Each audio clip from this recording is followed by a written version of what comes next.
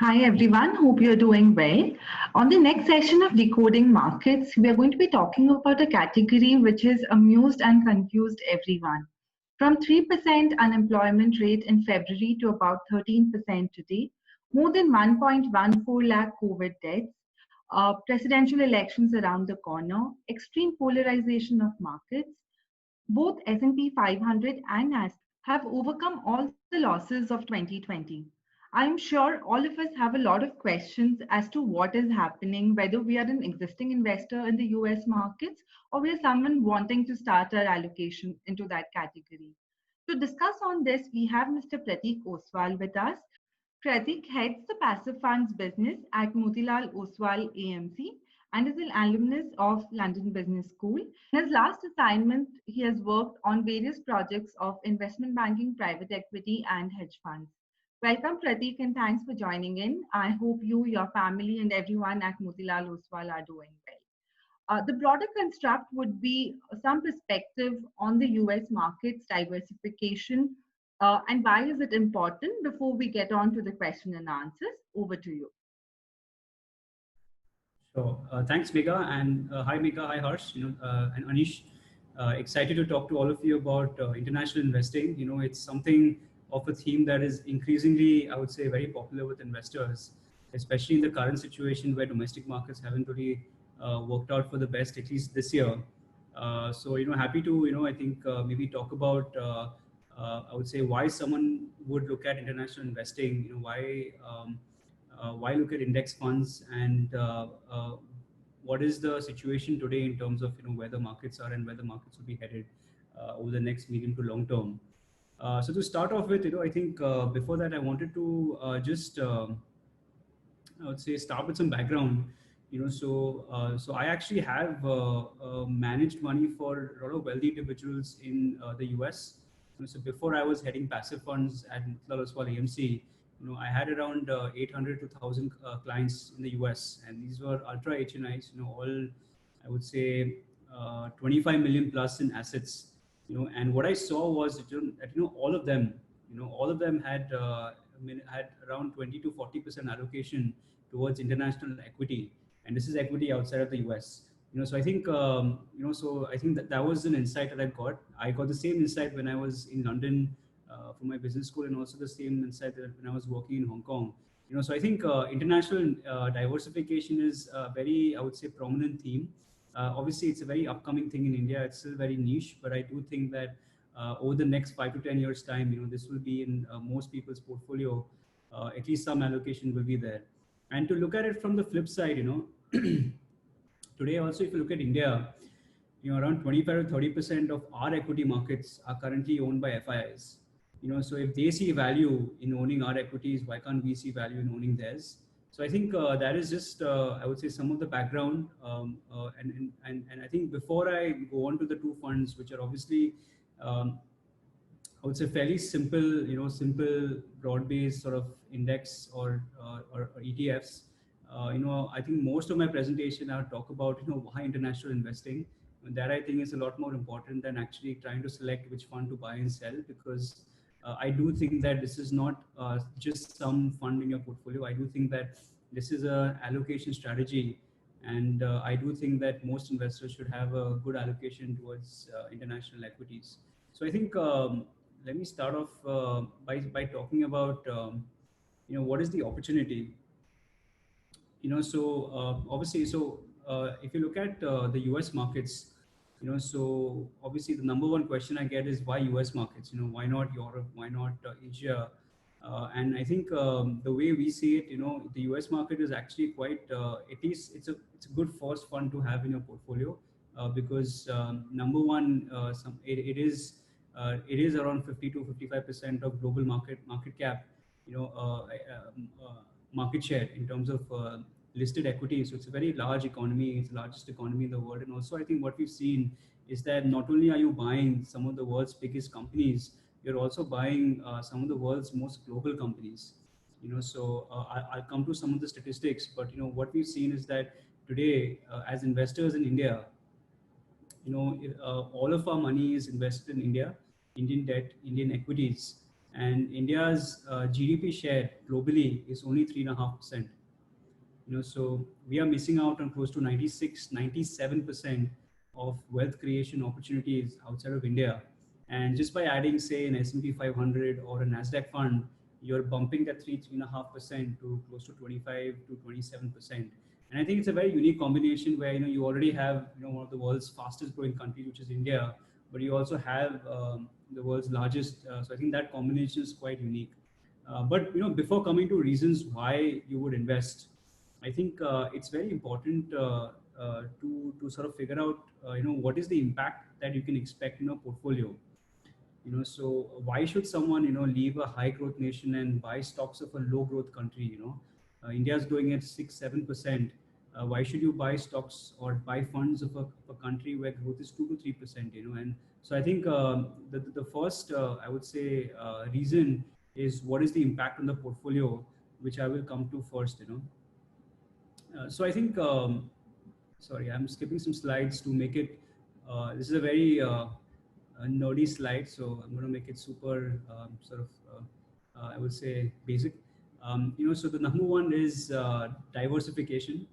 And I think by diversification, I mean, diversification without giving up on returns. So today, I think most investors in this sort of a market are looking for diversification. They are looking at gold, they are looking at debt, they are looking at some of them also looking at real estate. But the problem with those other asset classes is that you are sacrificing returns for lower risk. So equity, unfortunately, is the best asset class to own over the long run. So I think international equities is one such asset class, and I'll tell you reasons to why this is a different asset class. Where you can actually diversify a portfolio and maintain the same level of returns while reducing volatility, and you can make your portfolio a lot more stable. The reason why international equities, I would say, at least important, because what we've seen is over the last 10 to 15 years, and probably more than that also, is that the correlation between Indian equities and US equities is actually quite low. So just to give you an example, today, I think most people see diversification as holding 5 or 6 mutual funds, but we've all seen that, in the last 2 months, regardless if you held a mid-cap fund or a large-cap fund or a multi-cap fund, everything is down 20-30%. So Indian mutual funds, Indian equities have a correlation of 90% plus, whereas if you look at the Nasdaq or if you look at the S&P, the correlation of that is 15 to 20%, which I think is extremely low.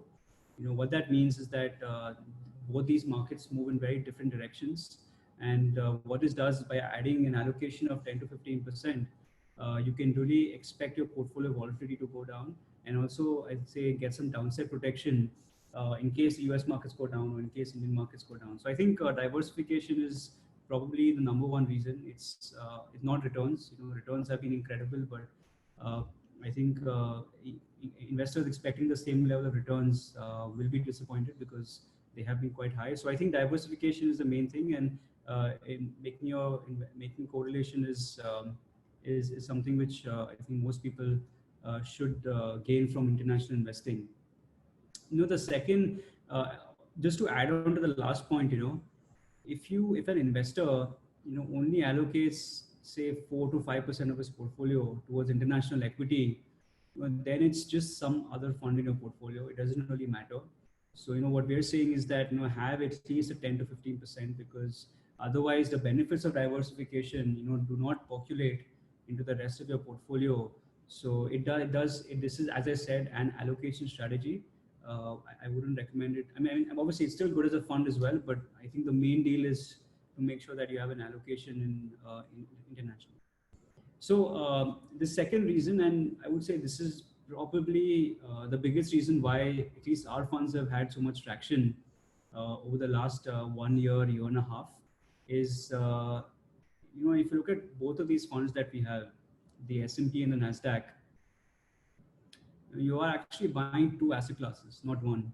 So one asset class is that you're buying some of the world's best companies, best brands, some best I would say global companies. But the second asset class that you're buying is currency, which is the dollar. And the dollar today, I feel, is a lot more I would say, valuable than the dollar was, say, 10 years ago.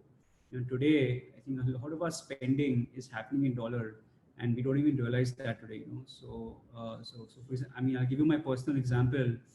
I studied in the US about 10 years ago, and if I go to the same school, same degree, then I would pay 2.5, 3 times what I paid 10 years ago. So I think uh, I do think that today a lot of our expenditure is happening in dollar. And I think it's important that anyone saving for their kids' education or saving for anything, should have some of their money invested in dollar-based products or in the currency itself. Today, a lot of our clients or a lot of us are doing a lot more foreign trips. We are buying. So the reason why the iPhone is so expensive is more to do with the dollar and less to do with the cost of the phone. Dollar used to be 40, 45. Today it's close to 75, 80. So I do think that, and we do expect the rupee to weaken over the next few years as well. So I think both these funds offer you protection from that depreciation. The rupee has lost 5.5% every year over the last 10 years, and around 3.5% over the last 20 years. So I do think that having the dollar is advantageous because you make sure that I think some of your money is protected. And anyway, today, if you see, look at wealth is seen in dollar terms, not in rupee terms. If you look at any sort of a list or whatever it is, so I think it's good to hold dollar. The second reason is dollar. If the rupee depreciates, then it adds to your returns. So, for example, a Nasdaq fund. So a Nasdaq fund has been running for almost 9 years now, actually almost 10 years, and that fund is appreciated. So the Nasdaq index in the US has gone up around, I would say, around 5 times. But the Nasdaq 100 in our Nasdaq fund in India, the Motilal Oswal Nasdaq fund, is up around 8.5 times. So what that means is that extra 3x or 4x of return that you're getting is actually because of the dollar, of the rupee depreciation. So I think the opportunity here is to obviously have some of your portfolio and invest in dollar, and these two funds provide you that. Third is obviously the quality of companies that you're getting in your portfolio. Today, I think every single mutual fund will have an HDFC Bank in there, or maybe a Reliance in there. I think it's important to have some sort of company diversification in your portfolio.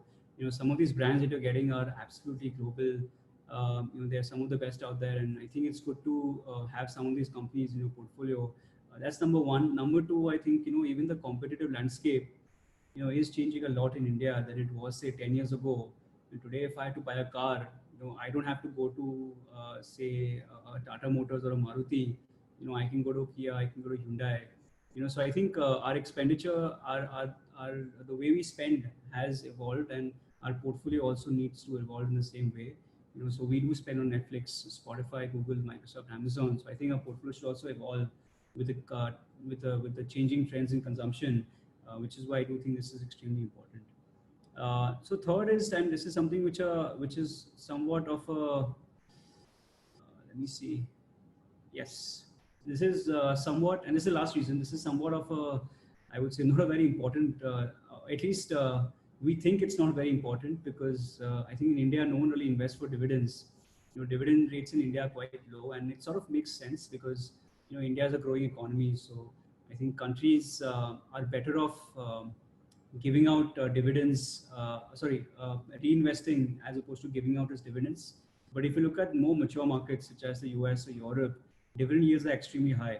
You have guys like Coca-Cola who are giving out 5%, 6% in dividend yields. So I do think that the 2.5% dividend yields that you're getting on both the S&P and Nasdaq are actually quite good.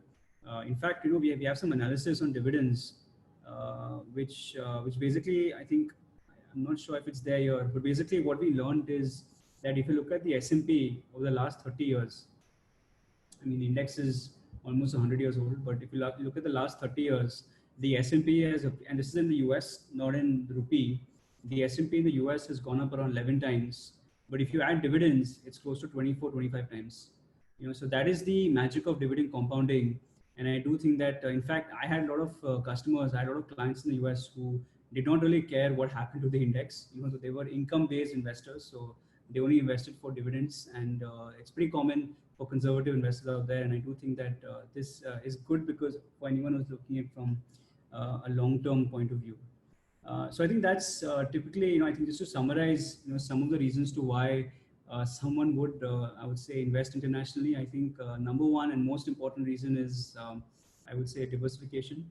By adding a good allocation, say 10 to 15%, you're making your portfolio a lot more stable. I mean, today's market, if you see, US markets are up, Indian markets are flat or down. So I think, and obviously, I mean, anything can happen in the future, but I think you can expect diversification without sacrificing returns, which I think is great.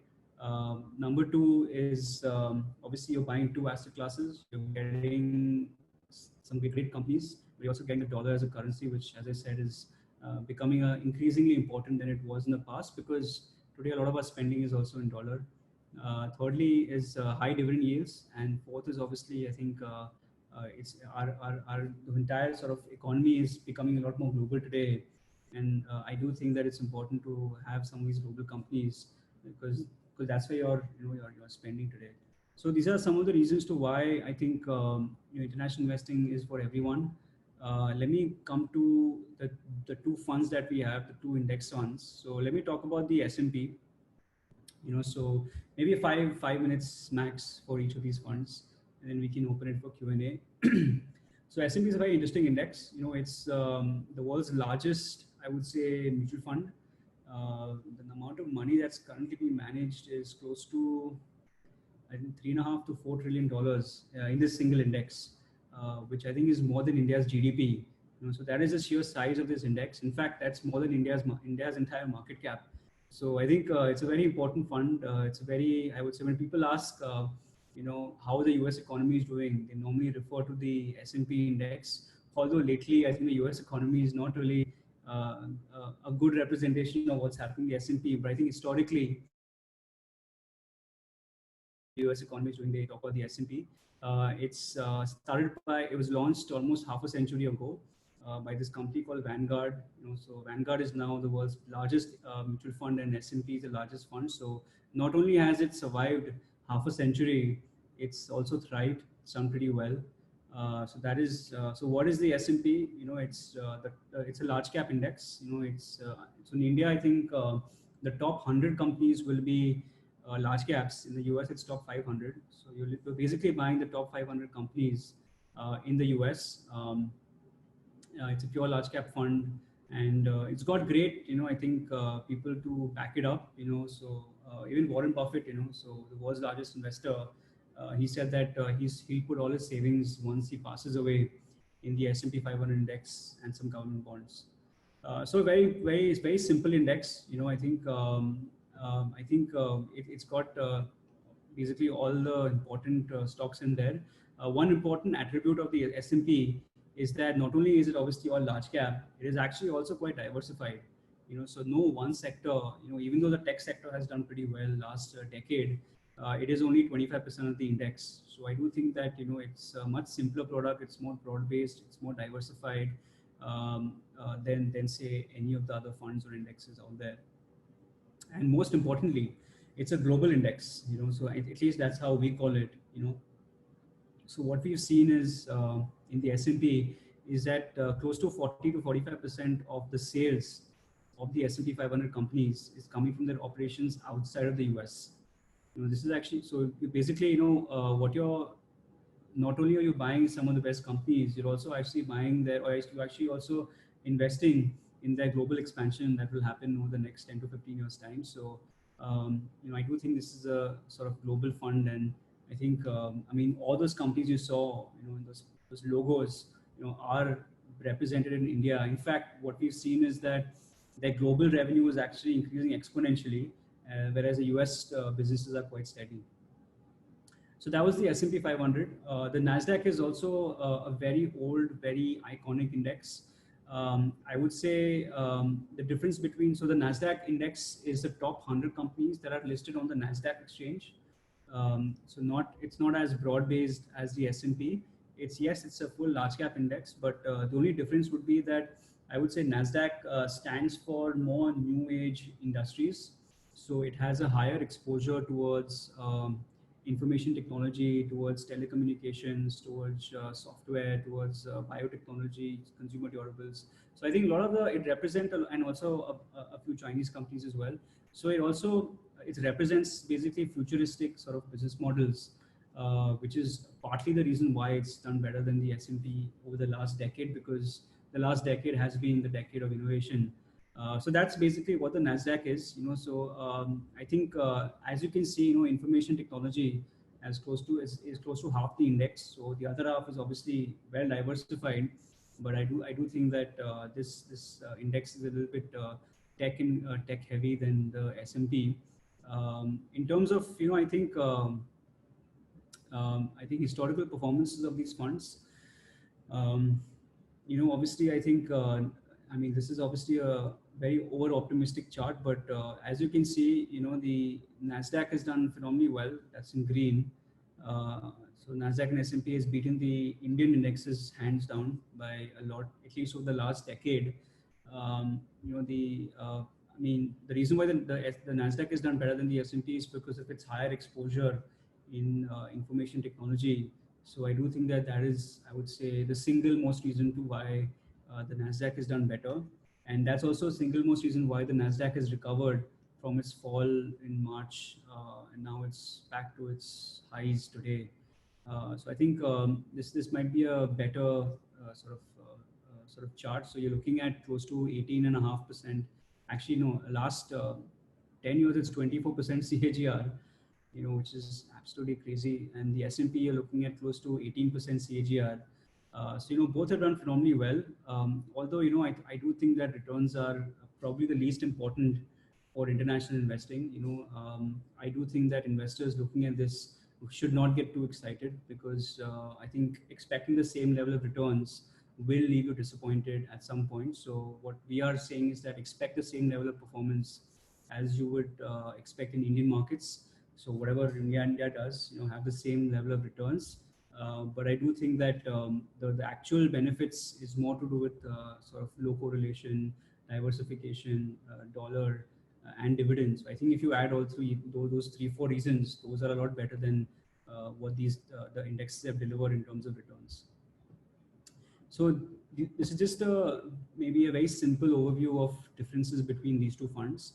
I think one key difference that I didn't talk about is that the Nasdaq is a lot more broad-based. So it covers 85 to 87% of the entire economy, whereas the Nasdaq is a lot narrower. It's sort of less number of stocks, and also Nasdaq will not have all the sectors covered. So sectors like energy, materials, financial services are not part of the Nasdaq index. So that's I think the two funds that we have. Just maybe as some views on why index funds. So why should someone look at index funds for international diversification? I do feel that number one, finding a fund manager is not easy in today's market. There's a lot of complexity. So index funds, or at least buying the index, makes things very easy for everyone. Obviously in India, I think active and passive both have done well. But if you look at the US markets, or at least more developed markets, the indexes have actually done better than most other funds out there. So the S&P, for example, has I would say done better than close to 85-90% of all funds. So I do think that I think performance is good. I do think that I think there are lots simpler instruments. You're saving a lot of fees. You're looking at a 1% expense ratio of our funds versus maybe 3% plus for all of the funds. So I think it's cheap. It's low cost. It's effective, and it's also easy for people to understand. So which is why at least we are recommending, at least for international investing, to go towards simple products such as index funds and ETFs. Coming to I think the Motilal Oswal funds. So we for the Nasdaq we have the ETF. We also have a feeder fund, which is the FOF. The feeder funds is a lot more popular because it's a lot simpler to understand. ETFs unfortunately haven't really been the best products, at least in the last decade. There is not much liquidity on the exchange, market maker, broker, all of that. So I think index funds are a lot easier. So we have the feeder fund, which has done well. And also for the S&P 500 is also, we have the index fund. The index fund is obviously, so both these funds are not feeder funds. We're not buying a US based fund. We're actually buying the securities. We're buying Facebook, Google, Amazon, Apple in the same proportion as the index. So we're replicating the index sitting out here from India, which I think is a lot better than buying some other AMC where then you might have some AMC risk out there. So that's some of the briefs in terms of. I think this is a very important point in terms of tax. As per regulations, um, all international funds are taxed as debt. So are these two. But I do think that for a long-term investor, this may not be relevant, because if you hold it for 3 years and above, then you can get benefits of indexation, 20% plus indexation, where your tax will basically go down to equity or even lower than equity the longer you hold them. So I do think that, yes, debt taxation is there, but I think for a long-term investor, it's not really relevant, because he can get benefits of indexation, at least if he's looking long-term. So that's just a summary. I do think that maybe if you want, we can open it for Q&A right now. Thanks.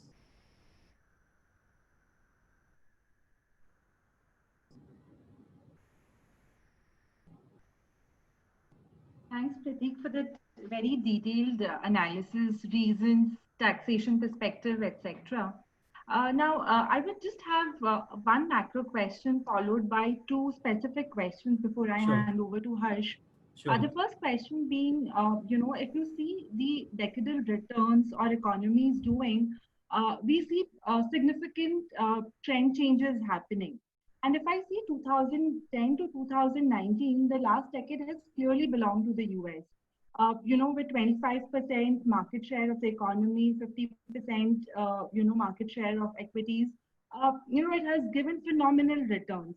Now, as we started the decade, we all believed that emerging markets, would supersede and developed markets will kind of, reach its peak. With COVID crisis, do you think that that particular stand would have changed now, and emerging markets will continue to follow the trends that US markets show? Yeah. So yeah. So great question. This EMs versus DMs, sort of thing, and everyone thought, I would say 10 years ago. In fact, the reason why people allocated money to emerging markets, because they expected emerging markets to do better than developed markets. But I think these tech companies, all these American companies, have actually, I would say, reaped a lot of rewards of their international diversification. So in fact, even though emerging markets have a higher growth, GDP growth than developed markets, it's just that these brands are now in a lot of emerging markets, so they're eating up a lot of the local growth, which is why they've actually grown so much over the last decade. But honestly, I think it's very hard to say what will do well in next decade. Which is why I think most people should have a nice diversified portfolio.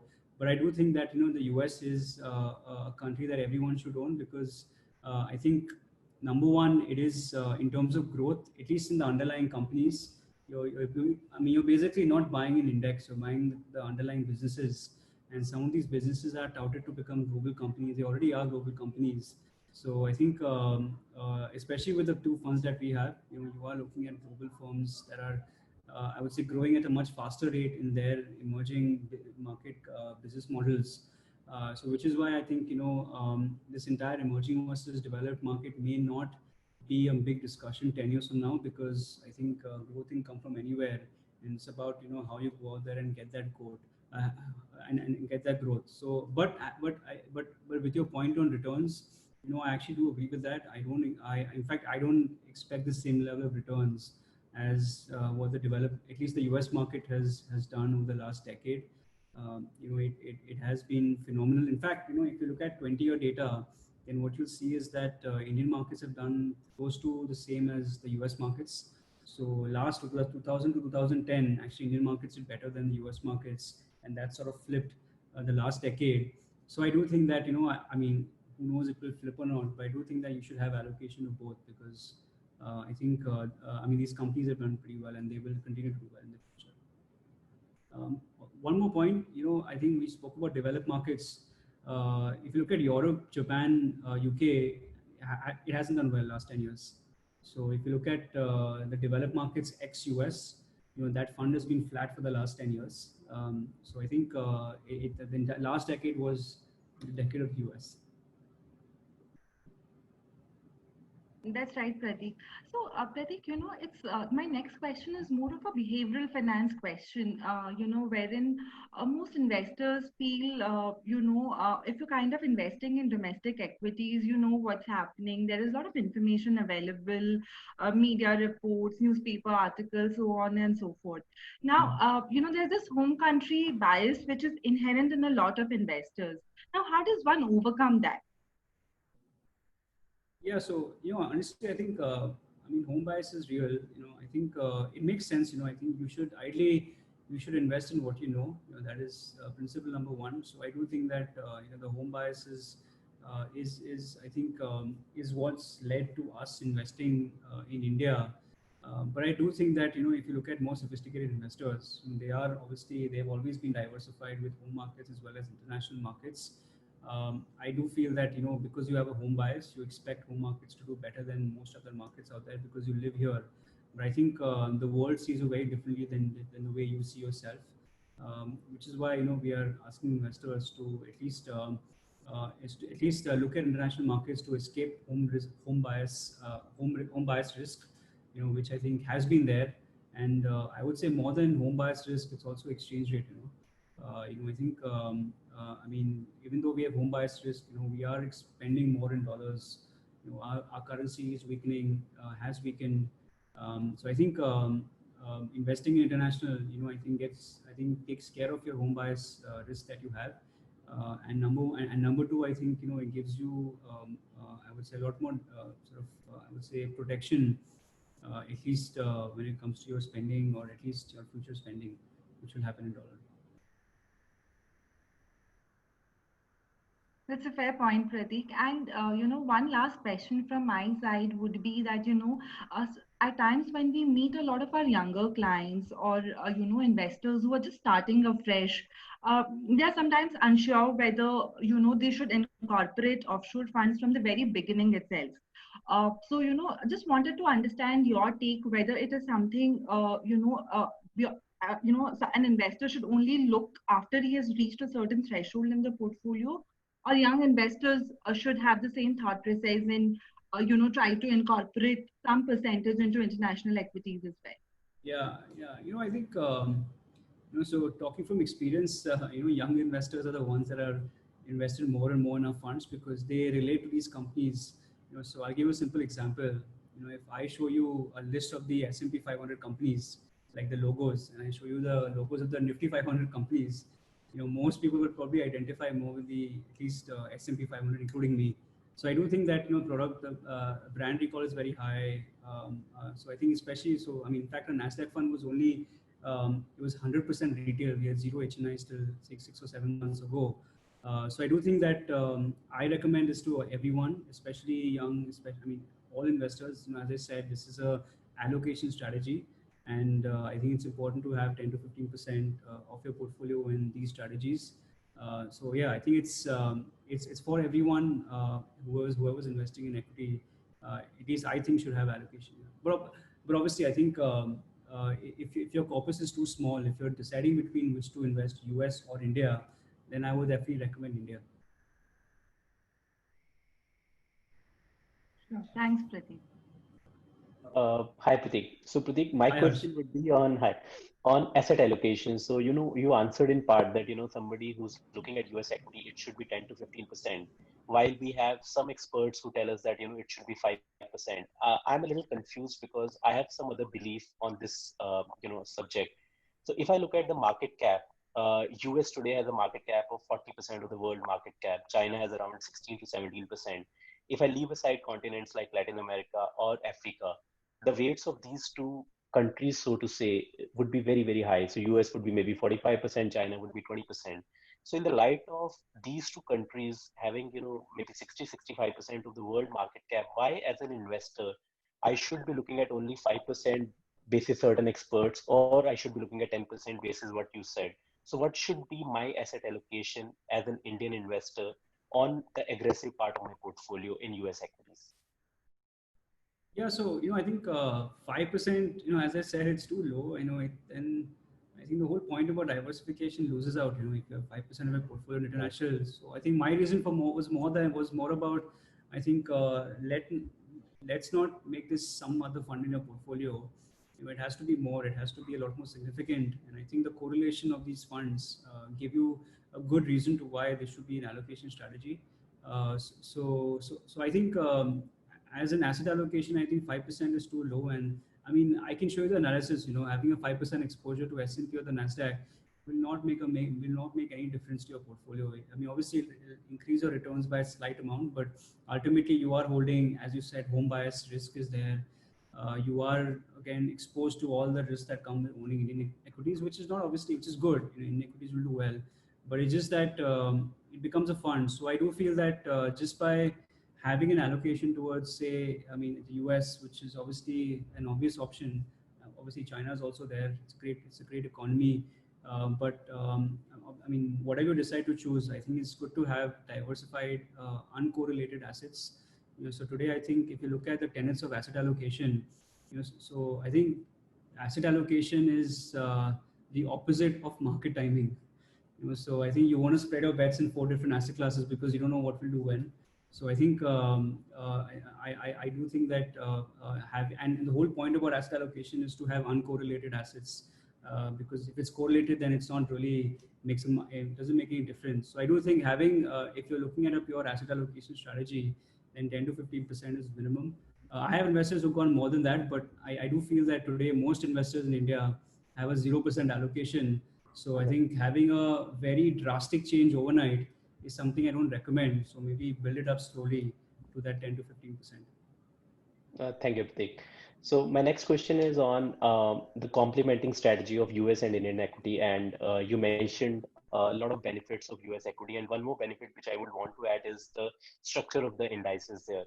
So if you look at last 3 to 4 decades, US indices have moved from being energy heavy to technology heavy today, while Indian indices are financials heavy, which gives us a good complementing strategy as far as allocation is concerned. Now, the question which I have is with respect to how the structure of US indices would be going forward. Will technology be ruling the roots for another 1 or 2 decades? And second, if we look at the companies in, let's say, NASDAQ, or generally the size of the companies in US, Microsoft has been the only company which has been in top 10 companies in US for last 4 decades.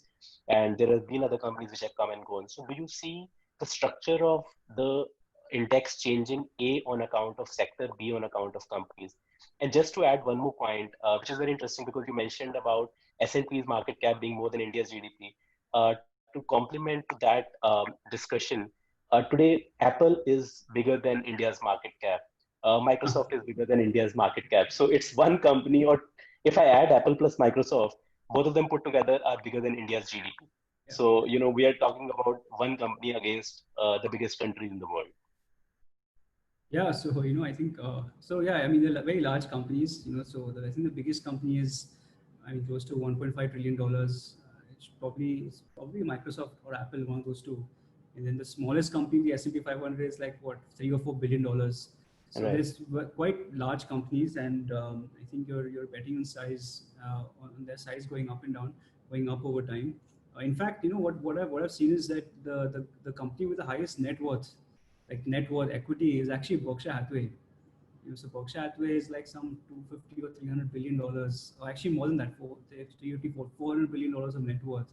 Obviously, it's not as big as Apple or Google because the earnings potential is not there, but I think it's a very, it's a very interesting statistic. But I think size is definitely counted the US, and I think next would be Japan. But in terms of your question on what the index will look like 10 years from now, 15 years from now, or 20 years from now, I think just to give a very different answer, so if you look at the Nifty 50 in India, the Nifty 50, say in 2004 or 2005, was oil and gas, industrials, capital goods. Today, the Nifty 50 is financial services. Tomorrow, it might be something else. So the index is a very beautiful thing. The index rebalances every quarter. An index will ensure that the bad companies get kicked out and good companies get upgraded over time. So even though if you look at the S&P in the 1920s versus the S&P 500 today, there's barely 3 or 4 companies that are actually the same, or maybe less than 3 or 4 companies also. But the index evolves, every quarter, every year, every 2 to 5 years. So I think the index will decide which industry will do better over the next 10 to 15 years based on the base of performance. Even in India, India was energy heavy. Today it's India's financial heavy. Tomorrow it might be media. Who knows? So I think it's very hard to predict. But all I know is that if you're holding an index fund or if you're holding a passive fund, you will always have the best possible assets at that point of time.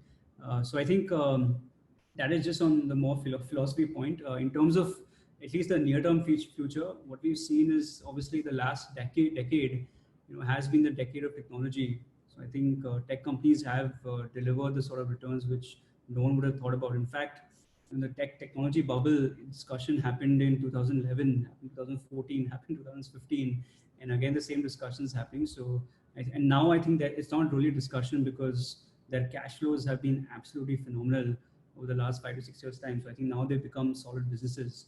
But I think going forward, at least the way I see it, and this is my personal opinion, is that industries may merge over the future. So I do feel that over the next 5 to 10 years time, I think every company will have to become a tech company for them to survive. So I do think that number one, industries may not be as important as they have been in the past. And number two, I think I do feel that technology is going to be as important in the future as it has in the past. So I think that's just my outlook, at least what is the outlook on. But having said that, obviously having a fund that is more tech heavy is inviting a lot more volatility. It's inviting maybe a lot more downside risk, at least more sector risk. So I think investors who are looking to maybe choose between the two funds, or at least trying to choose like a theme versus like a broad-based fund, should think about at some point their outlook on that sector, and are they okay with taking more risk. Thank you, Prateek. And since most of the listeners of this podcast would be from Bangalore, the affiliation to technology and understanding of technology is very high in this part of the world. So, Prateek, one of the biggest dilemma for investment advisors and money managers is that the reward of good performance is profit booking.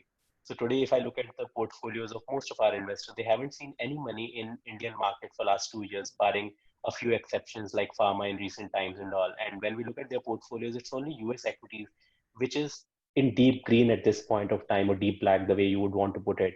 Now, these clients are generally concerned about the global economy at this point of time. There is no doubt that we will have a recession this time. And they are not able to reconcile with the levels of the market. So, NASDAQ yesterday at 10,000, while, the economies worldwide would be degrowing at -3 to -7 to -10%.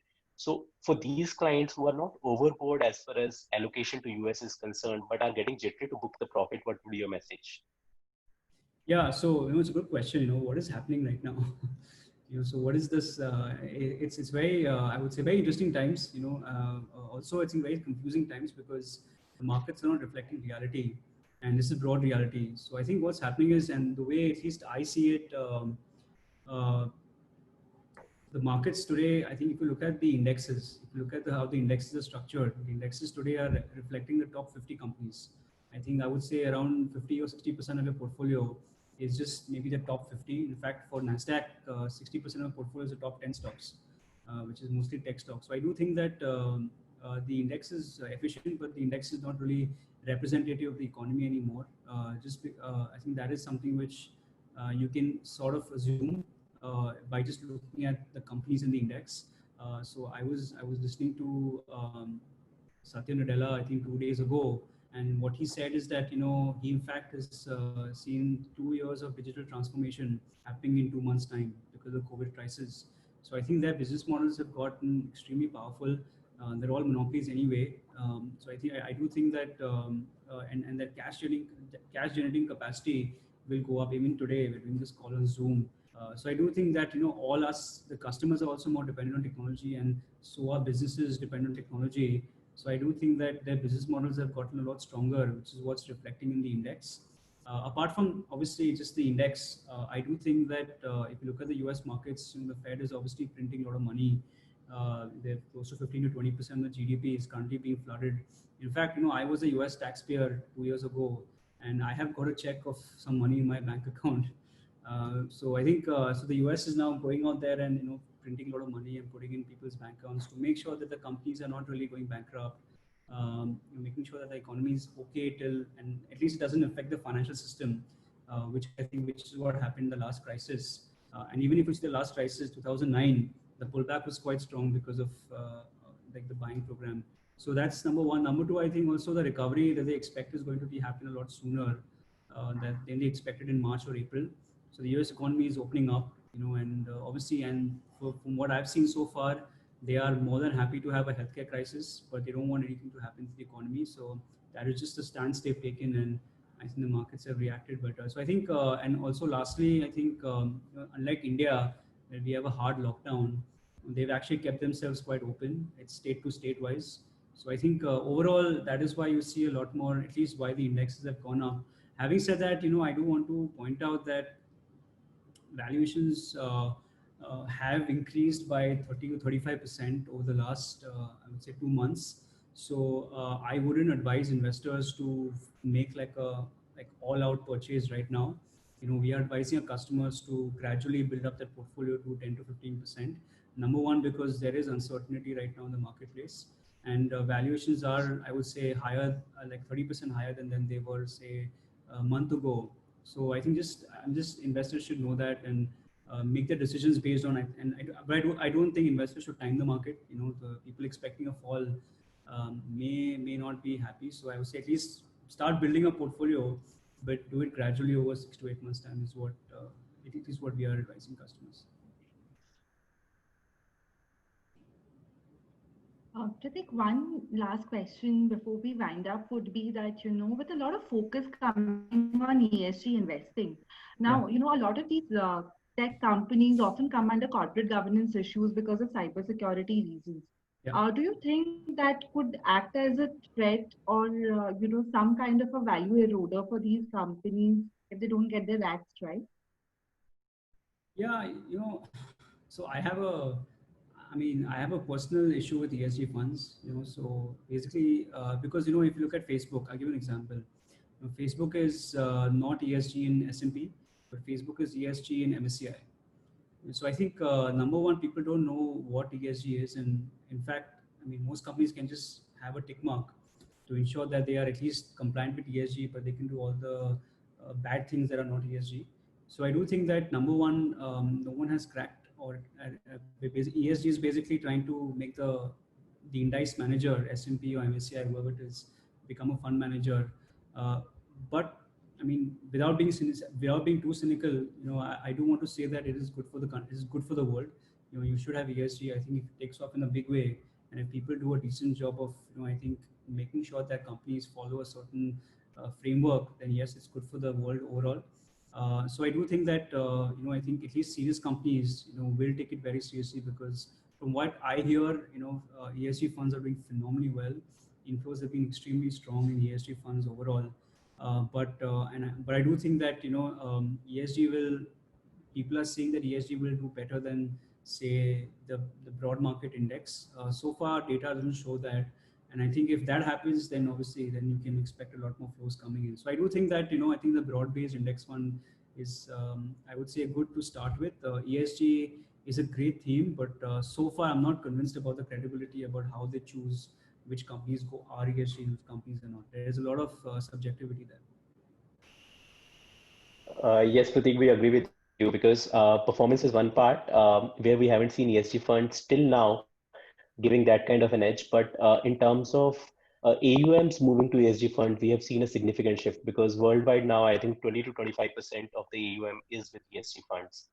So that brings us to the end of this conversation, Pratik. And a few key interesting points which would be takeaway from me. One is that US has to be looked upon as a standalone entity and not a part of the offshore equity. Second, that generally most of the investors look at 4 to 5% allocation, but maybe there is a merit in looking at much higher allocation in US equity. And thirdly, and the most important point which you mentioned is that most of us can relate to US companies much more than what we can relate to Indian companies. And thank you so much, Pratik. And I would want to end the conversation with a quote from Warren Buffett in his recent annual general meeting, where he said, "Never bet against America." And I think you are living that particular phrase, and we also have started believing in that. Thank you so much, and thanks for taking out time for our investors. We really wish you safe stay for you as well as your family and Motilal Oswal Asset Management Company. Thank you so much. Yeah, thank you. Thank you, Megha. Thank you, Harsh, for having me, and look forward to having more of these discussions in the future. Thanks.